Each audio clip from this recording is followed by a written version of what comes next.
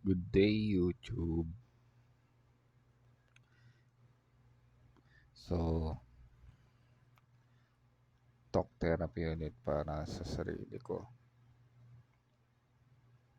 Update ulit sa kalagayan ko. So, di ko ngayong October din yata, nakapag-record ako ng gitara. So, ang plano ko,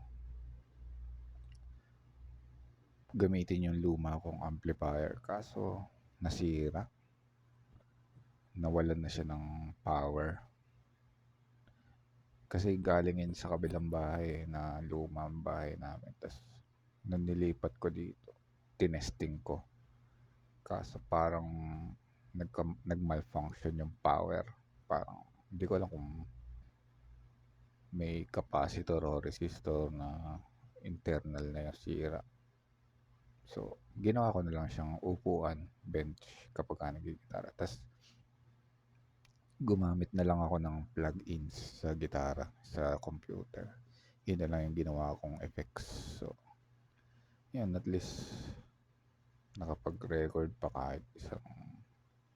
Tapos, iuwi daw ni kuya yung luma kung yung regalo niya na pinapabenta ko na yun pero parang walang bumibili. So, iuwi daw ni kuya yung pagka next time na umuwi sila. Tapos, siguro magre-record pa ako ng isang kanta, hindi kanta, guitar instrumental na lang siguro, track na pwede kong i-post ulit sa YouTube saka sa Facebook. Yung last time ko na compo, medyo pangit yung naging audio. So, sana ngayon medyo maayos yung magawa akong audio. Yung quality. Metal track siguro ulit, tas energetic ulit. Siguro yung mga last, kung hindi sa buong buhay ko, baka magawa pa ako ng dalawa na lang o baka yun na huli. Sobrang siguro, yun nga pala kasi wala akong energy na maggawa kasi dati kasi nung nakagawa ako ng sariling album yung 2020, energetic ako kasi swerte ako dun sa naging almost X kasi yun, nakakaakbay ako na, tas yun, medyo nakikiss ko siya, tas yun, yung kompleto ba yung pakiramdam pagka hindi kayo tinatamad, inspired yun, inspired ka, may inspirasyon ka kasi meron kang partner, tas nahahawakan mo na, nayayakap mo. Kahit paminsan-minsan lang naman ako na nakakaganon. Tas talagang nagbigay sa akin yun ng energy na gumawa ng maraming activity. Yung naglalaro akong Lego, tas nag-edit. Yung bang kompleto yung yung pakiramdam pagka gano'n. Ngayon kasi itong bago kong nililigawan, hindi ko pa siya nakikiss. So, simula na hindi, nung yung ex ko hindi ko na nakakasama, medyo matagal pa bago nagkaroon ulit ako ng bagong liligawan. Tapos, almost siguro masasabi ko, mag-iisang taon na akong ganun na walang nahahalikan, walang nayayakap. Nakakapagod. Yung wala kang gana na maggitara, yung parang magagawa ka ng 'pag mag-e-edit pa, ito nga, yung pinilit ko lang yung gitara na ginawa ko ta's kulang yung ano ko, yung pakiramdam pagka wala akong partner na nayayakap, nahahalikan. Gusto ko gano'n, yung may kasama talaga. Ang hirap pagka talaga ganito na sa bahay pa rin ako ng mama saka papa ko. Tas pero ang swerte ko rin, na araw-araw makakakain ako. Hanggang ngayon pinagluluto ako ni mama, si papa siya pa rin yung namamalengke. Pero medyo natututo na rin ako sa palengke na mamili-mili ng mga sangkap. Pero ang gusto kong matutunan yung makabili ako ng isda, karne ng baboy, manok, ng baka, tas mga gulay. Kasi mabigat yun buhatin eh. Si papa yung namamalengke sa amin hanggang ngayon. Nagagawa niya pang pumunta pa rin sa palengke, pero malapit na siyang yung manghina ng todo. Yung hindi na siya katulad nung dati nung simula nung na-emergency siya. Almost parang na mild stroke siya. Tapos pupunta na siya sa panghihina talaga. Si mama rin ganon. Siguro kasi 2 taon ang tanda ni papa sa kanya. So, nakikita ko na rin yung future ni mama na 2 years na lang baka ganon na rin siya kahina kay papa. So ako naman, sana magkaroon kami ng katulong na mautusan sa palengke. Pwede ko siyang, kung may katulong kami, pwede kong samahan yung pagdadrive ko sa may e-bike na regalo si kuya, yung mag, ako yung magdadrive, tas para kung may papabili si mama Pero ang maganda sa pagka nagkaroon ng katulong, yung hindi mo papatulugin dito sa bahay para hindi naiinip yung iba kasi pagka isang linggo gano'n, parang walang pahinga, na naiirita rin yung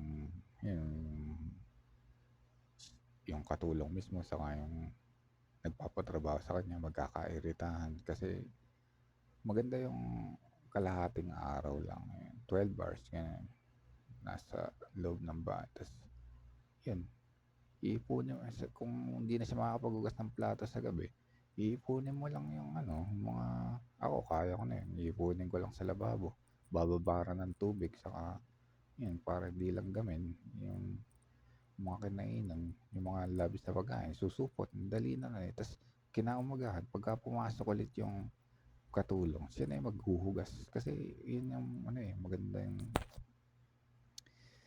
ipagawa sa katulong, yung paghugas ng plato. Kasi ako, nahihirapan na ako na yun, wala akong nadigay ako. Nakawalan akong oras na yun, maglaro. Gusto ko pa rin kasi maglaro yung maggitara, maglego, tas mag-exercise na marami. Pagka hindi na ako naghuhugas ng plato, makakapag-exercise siguro ako marami. Pero yun, update ko nga pala, hindi na naman ako makapag-bike ng dire-diretso. Yung bike okay lang naman wala namang problema sa bike, pero yung panahon ngayon, isang araw maulan, tas minsan maaraw nga, tas kulang naman ako sa tulog. So hindi ko muna sasabihin dito sa YouTube, pero hindi ko ginagawang hindi ako umiinom ng gamot. Ang plano ko talaga yung matigil na yung injection sa akin, pero sige na nga, sabihin ko na nga, yung dosage kasi masyadong mabigat para sa akin, so kinakalahati ko lang yung inom ko sa sa prescribe.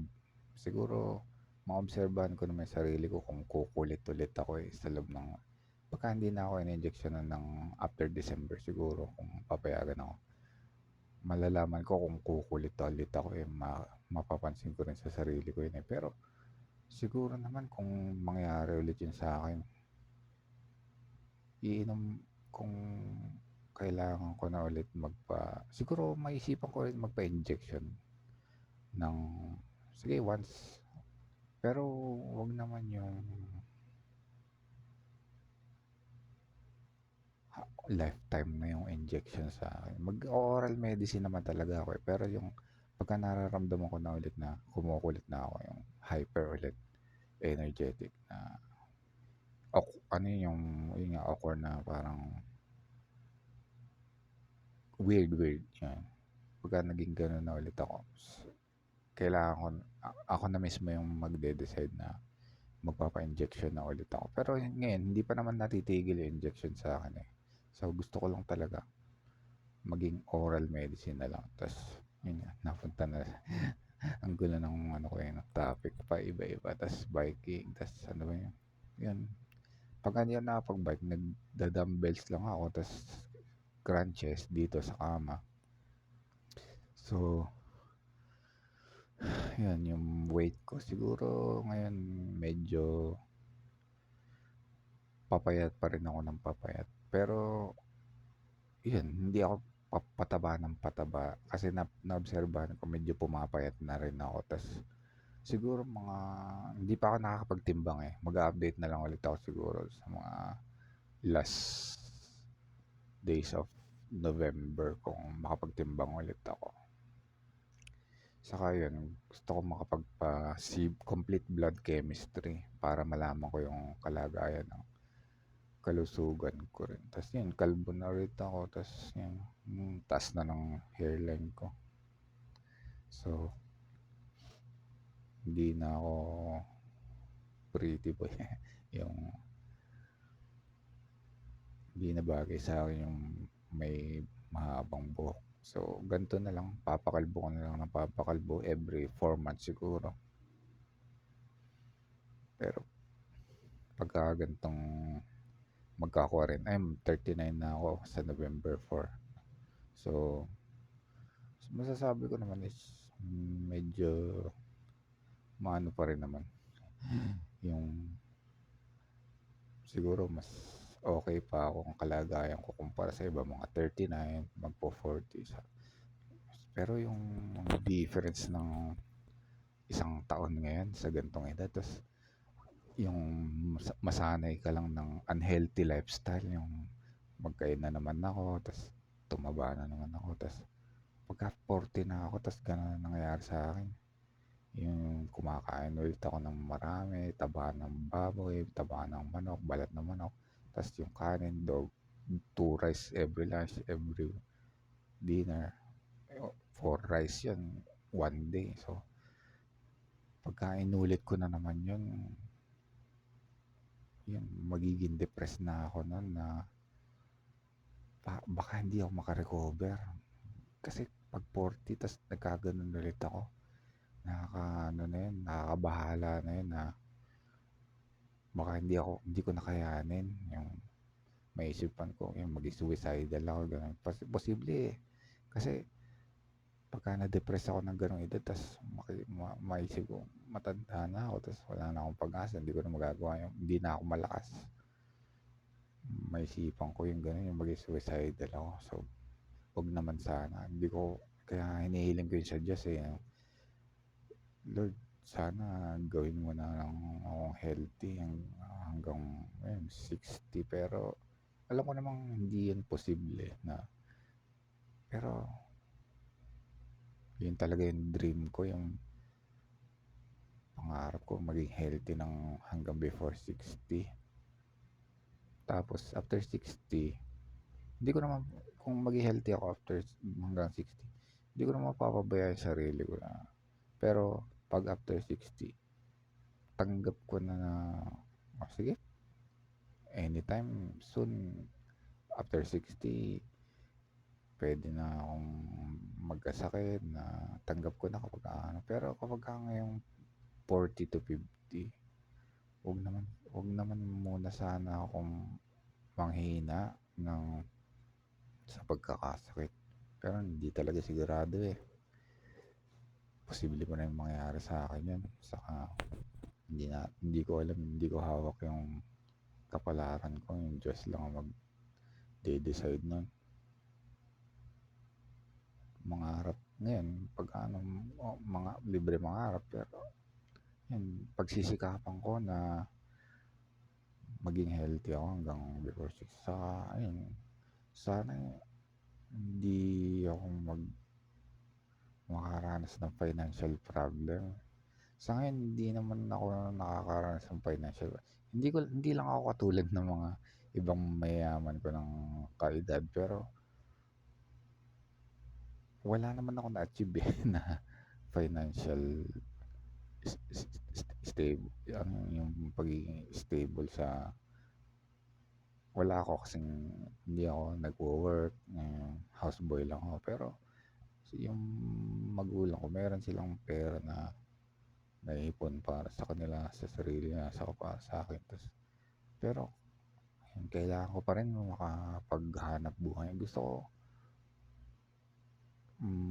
yun, siguro magtinda. Yun ang pinaka maano ko, magagawa yung ang naisipan ko kasi gusto ko rin magtinda yung Lego, okay, mag Gundam na laruan. Pero parang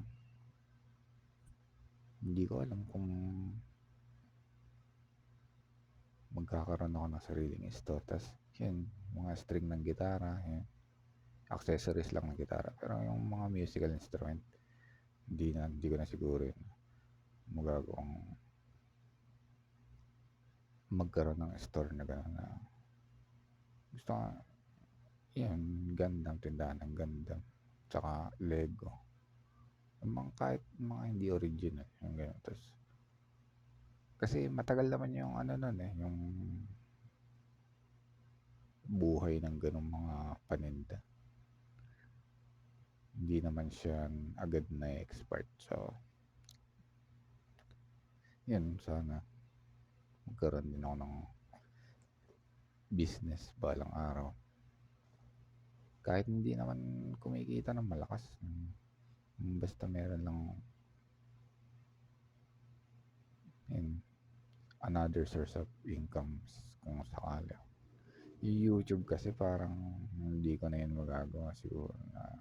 Ayoko rin naman kasing nagko-computer ng nakababad yung mata ko. Pero pinag-iisipan ko may gusto akong salihang na grupo ng mga nagtuturo ng YouTube na kung paano kumita sa YouTube. Pero hindi ko sigurado yun. Parang baka imposible ko yun magawa yung gano'n na yun, na-renew ko na rin yung lisensya ko. Meron akong lisensya sa yun, sana ako na yung makapag-drive may pag-drive ko na si Papa. So hindi naman na rin sila pasakay-sakay sa sasakyan kasi pero nakakapag-drive pa rin si Papa. Hirap na yung katawan niya. Yung kaliwang kamay niya yung ano yun, napansin ko na hindi niya na ma-close yung grip, paano ba yun? Yung nakaganyan, parang nakapilantik yung kaliwang kamay niya. Tas ito kanan tong kamay ko na to, pero yung sa kanya parang nakapilantik na yung liliit niya. Tas hindi niya na maiganon no, yung siguro hindi niya na maigaganon. Yan. Nakaganyan na yun dahil medyo pilantik na yung liliit sa kaliwa. Tapos yun, parang pagka tatayo siya sa bangko, mula pagkaupo, 1, 2, 3, bago pa makatayo ng diretso, yung gano'n. Yung bumubuelo na siya hindi niya na kaya ng pagkaupo, isang tayo lang, hindi na gano'n. So, yun, ano pa ba yung pwede kong i-update? Yung sana makapag-bike naman ako ng ngayon November na isang linggo diretso kasi ngayong October ang konti ng pagkaka-bike ko eh. Okay lang yung bike, wala namang problema sa bike, pero sana man lang makapag-bike ako ng 2 weeks na walang ulan, walang bagyo.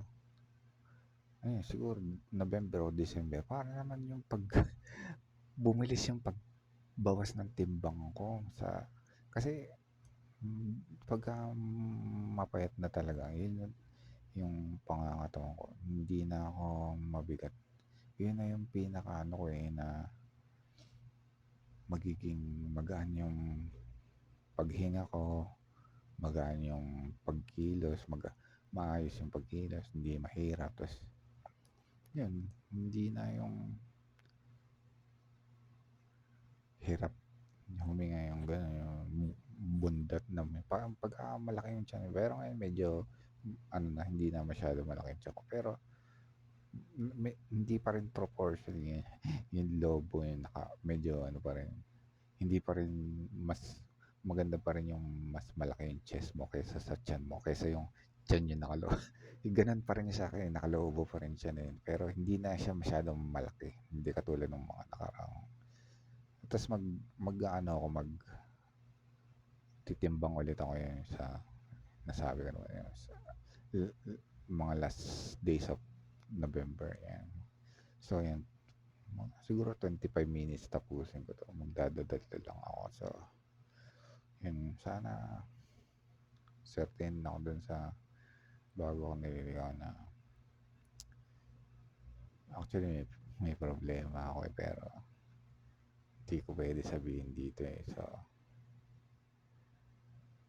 pero mareresolba naman yun kung actually siya yung may problema yung yung nililigaw ko. Pero hindi naman yun about sa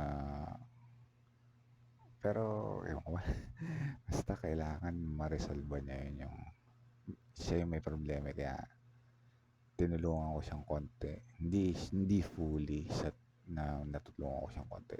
So, kailangan niya munang maresolba yun, yung problema na yun. Saka, hindi ko alam kung makakaya kong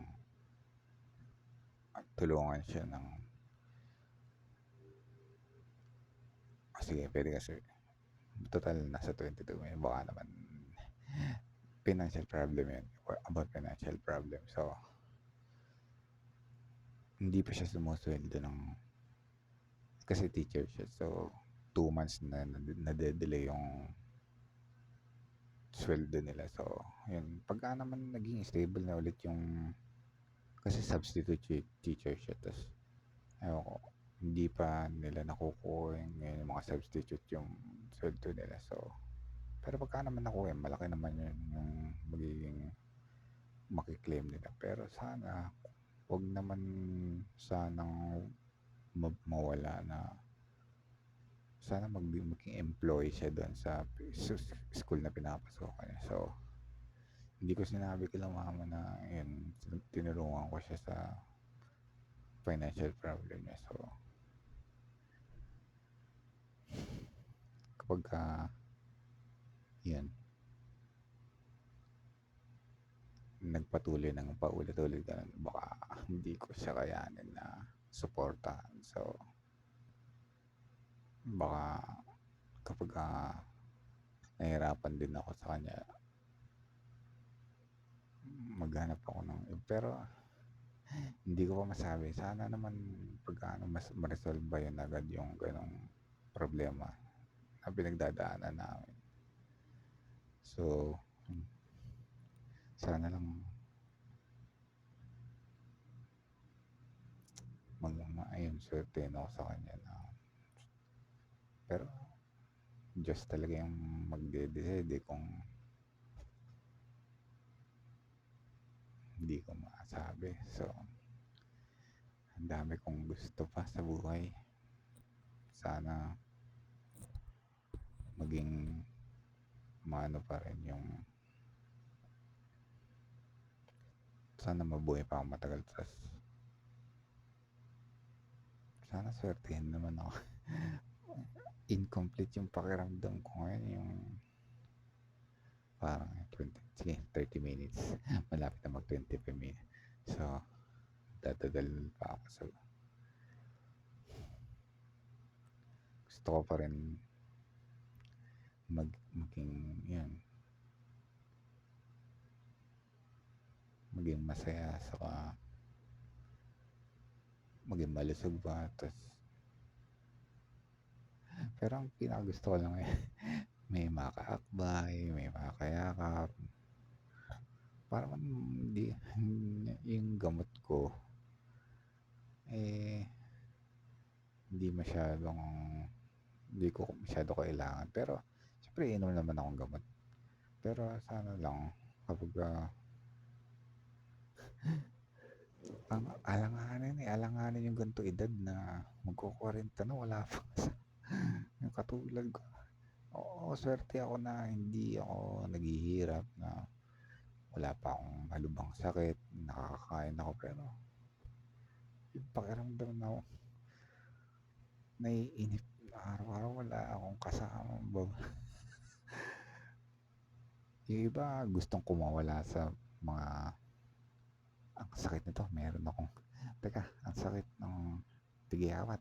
Ah, yung iba gusto ko ako kumawala sa, nako, namula. Yung relasyon na toxic relationship. Pero ako, naglolong for, ako, sugat. Naglolong ako for romance, yung sugat. Aray.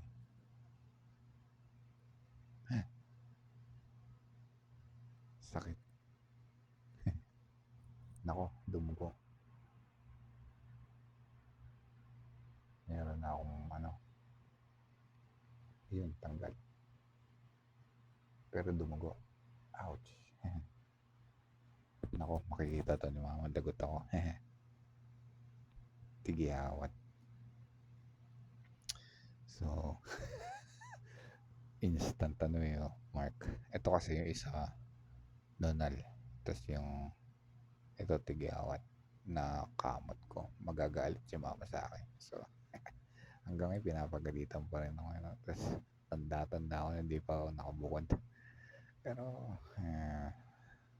yung isa naming bahay, wala naman nakatira. So, yun yung wish ko sa birthday ko. Gusto kong mag-overnight doon. Pero ako lang mag-isa eh.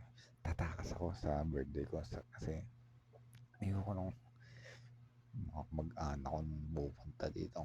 Pero hindi ko naman, wala naman sigurong pupunta nung last year sa mag-anak namin. Pero para lang sigurado ako na hindi ako maistorbo na. Pero uwi naman ako ng gabi sa birthday ko sa sila mama. November 3 doon ako matutulog sa bahay. Tapos November 4 birthday ko. Tapos uwi ako ng gabi para lang hindi ako maistorbo. Kung gusto ko mag-exercise lang yan sa loob ng bahay. Yun lang pinaka wish ko sa birthday ko. Ayoko ng bisita. Tapos ayoko mag-entertain. Yun talaga ako eh. Yung ayokong party.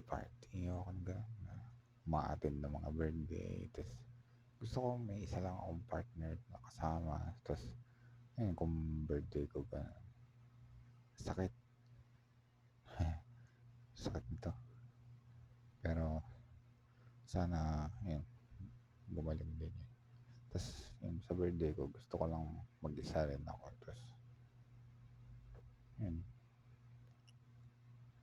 sa gabi uwi ako. Tapos dinner, kakain dito kasama sila mama.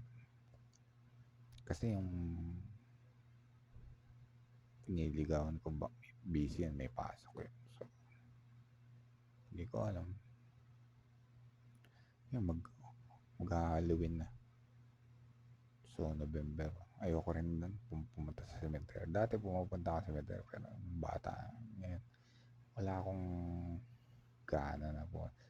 After November 1 yun, November 2, November 3, pwede akong mag-try pumunta doon. Pero, pagka November 1, October 31, November 1, ayoko pumunta doon. Dami ng tao. Yun, ayoko ng maraming tao.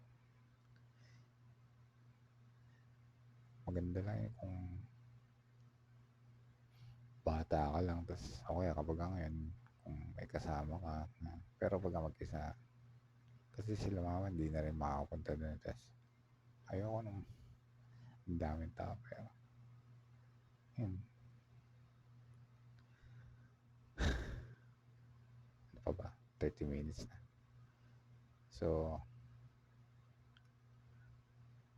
ano, ano pa ba pwede kong idaldal? Basta mag-update na lang ulit ako siguro mga December 1 or siguro ganun. Itong talk therapy ko sa sarili ko. So, hanggang dito muna ulit. YouTube, thank you. Bye-bye.